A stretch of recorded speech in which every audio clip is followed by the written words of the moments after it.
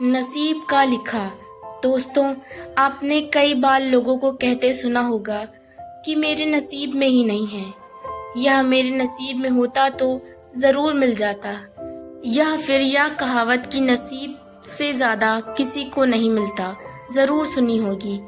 आज मैं नसीब की बात इसलिए कर रहा हूँ क्योंकि आज की कहानी नसीब का लिखा एक रोचक कहानी इसी विषय पर आधारित है। इस इंटरेस्टिंग हिंदी स्टोरी को पूरा जरूर सुनिए। नसीब का लिखा एक रोचक कहानी 15वीं सदी की यह कहानी है। किसी एक गांव में बहुत ज्ञानी पंडित रहा करता था। पंडित आजू बाजू के सारे ही गांव में बहुत प्रख्यात था और इसी वजह से धनवान भी। पंडित का परिवार ज्यादा बड़ा नहीं था।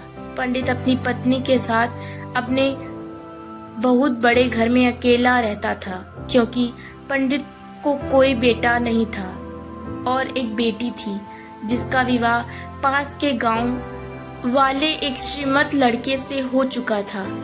पंडित ने शादी से पहले अपने होने वाले दामाद की अच्छे से जांच पड़ताल की थी और अपनी बेटी का भविष्य भी ठीक से पढ़ा था।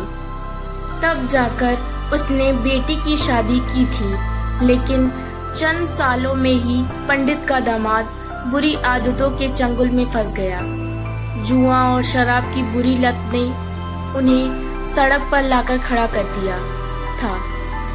अपने बेटी की ऐसी दुर्दशा देखकर पंडित की पत्नी काफी दुखी होती थी और अक्सर पंडित को कहा करती थी, तुम जाकर उसकी मदद कर कर आओ। पंडित हमेशा अपनी बीवी को यह कहकर उनकी मदद करने के लिए मना कर देता था कि अभी कुछ समय तक उनका बुरा वक्त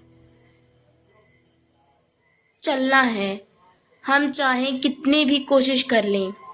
जो उनके नसीब में नहीं है वह उन्हें नहीं मिल पाएगा।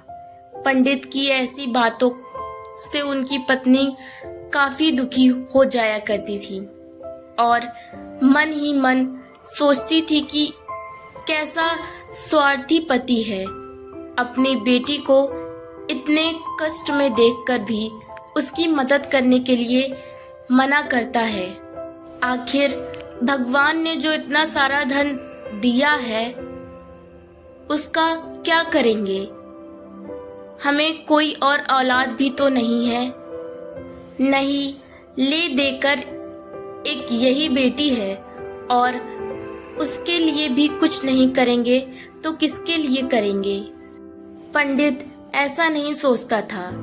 ऐसा नहीं है कि पंडित अपनी पुत्री से प्रेम नहीं करता था, लेकिन उसने अपनी पुत्री की कुंडली इतने अच्छे से पढ़ी थी और वह यह पहले से ही जानता था कि वह चाहे किसी भी लड़के से शादी करती, लेकिन उसके जीवन में यह समस्या आने वाली ही था और बिना इसे भुगते उसको छुटकारा नहीं मिलने वाला था। एक दिन खाने पीने के लिए भी मोहताज हो चुके पंडित के बेटी और दामाद उसके घर पर आए। पंडित ने और उसकी बीवी ने दोनों का खूब आदर सत्कार किया और खूब अच्छा खाना खिलाया। बेटी और दामाद की पंडित से सहायता मांगने की हिम्मत ना हुई, इसलिए वह बिना बोले ही वापस अपने घर को लौटने लगे। लेकिन माँ तो माँ होती है, पंडिताइन से रहा नहीं गया और बिना पंडित की इजाजत के उसने चोरी छुपे बूंदी के लड्डू बनाकर उसमें सोने के सिक्के रख दिए और बेटी और दामाद को दे दिए ताकि बेटी और दामाद की कुछ आर्थिक सहायता हो सके। पंडिताइन यह भी जान गई थी कि बेटी और दामाद शर्म के मारे उनसे मदद नहीं मांग रहे थे, लेकिन उसने बेटी और दामाद को भी लड्डुओं में छुपे सिक्कों के बारे में कुछ नहीं बताया। जाहिर सी बात है कि जब वे लोग घर पर जाकर लड्डू खाएंगे तो उन्हें इसमें सोने के सिक्के मिल जाएंगे। इस तरह बिना उनके मांगे ही उन तक मदद पहुंच जाएगी। सोचकर पंडिताइन मन ही मन अपने बेटी की मदद करने के लिए खुश होने लगी। पंडित के दामाद और बेटी उन दोनों का आशीर्वाद लेकर अपने घर के तरफ रवाना हो गए। उन दिनों गाड़ियां तो नहीं थी, घोड़ा गाड़ी या बैलगाड़ी चलती थी। पैसे ना होते तो और चीजों की लेन देन से भी व्यवहार होता था। बेटी और दामाद का गांव पंडित के घर से कोसों दूर था, फिर भी पैसों की कमी के चलते वह चलकर अपने गांव की तरफ निकल पड़े। थोड़ी दूर ही चले थे कि पंडित की बेटी के पैर में मोच आ गई और अब उसको चलना भी मुश्किल हो गया। पंडित के दामाद ने जब देखा कि उसकी बीवी अब बिल्कुल चलने में सक्षम नहीं है, तो उसने एक टांगा अपने घर तक किराए पर ले लिया। दोनों पति पत्नी टांगे में बैठकर घर तक पहुंच गए, लेकिन टांगे वालों को देने के लिए उनके पास पैसे थे नहीं। इसलिए पंडिताइन ने जो बूंदी के लड्डू उन्हें दिए थे वही किराए के तौर पर उस तांगे वाले को दे दिया। तांगे वाला बूंदी के लड्डू को लेकर वहां से चला गया। तांगे वाला अपने घर की तरफ जा रहा था, तब उसे एक हलवाई की दुकान दिखी। उसने सोचा कि थोड़े से बूंदी के लड्डुओं से मेरे घर के लोगों का पेट थोड़ी भरने वाला है। इससे अच्छा मैं इन बूंदी के लड्डुओं को बेचकर उनसे कुछ चावल खरीद लेता हूँ। तांगे वाले ने बूंदी के लड्डू हलवाई को बेच दिए।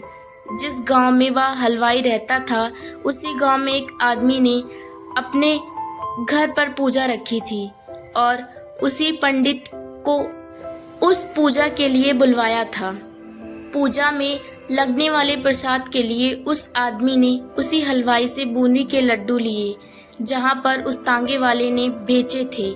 हलवाई ने भी उस आदमी को तांगे वाले से खरीदे हुए लड्डू ही पहले दिए ताकि वह खराब न हो जाएं, क्योंकि वह नहीं जानता था यह लड्डू कब बने हैं। पूजा खत्म होने पर दक्षिणा और बूंदी के लड्डू देकर जब पंडित अपने घर आया और खाना खाने बैठा, तो प्रसाद में लाए बूंदी के लड्डू खाते वक्त लड्डू से सोने का सिक्का निकला। इस घटना को देखकर पंडिताइन की आंखों से आंसू बहने लगी। पंडित ने जब पंडिताइन से उसके रोने का कारण पूछा, तो पंडिताइन ने पंडित को सब कुछ बताया और पंडित से उसकी बातों पर भरोसा न करने के लिए माफी मांगी। पंडित ने पंडिताइन की आंसू पोंछे और कहा कि तुम्हारी तरह मैं भी हमारी बेटी को बहुत प्रेम करता हूँ, लेकिन अगर हम उसकी अब मदद करते हैं तो दामाद हमसे हमेशा ऐसे ही मदद की अपेक्षा रखेगा और अपनी बुरी आदतों को कभी नहीं छोड़ेगा। पंडिताइन भी अब पंडित की बातों से सहमत हो गई। 2-3 महीने बीत गए। पंडित के दामाद और बेटी से एक बार उसके घर आए और इस बार उनकी परिस्थिति पहले से बेहतर थी, क्योंकि पिछली बार खाली हाथ जाने के बाद दामाद ने नया काम शुरू किया था और अपनी सारी बुरी आदतें भी छोड़ दी थी। दोस्तों, नसीब का लिखा नहीं बदलता। आपको यह कहानी कैसी लगी हमें कमेंट करके जरूर बताएं और ऐसी ही कहानियां सुनने के लिए चैनल को सब्सक्राइब करना ना भूलें। मिलते हैं नेक्स्ट वीडियो में, तब तक के लिए धन्यवाद।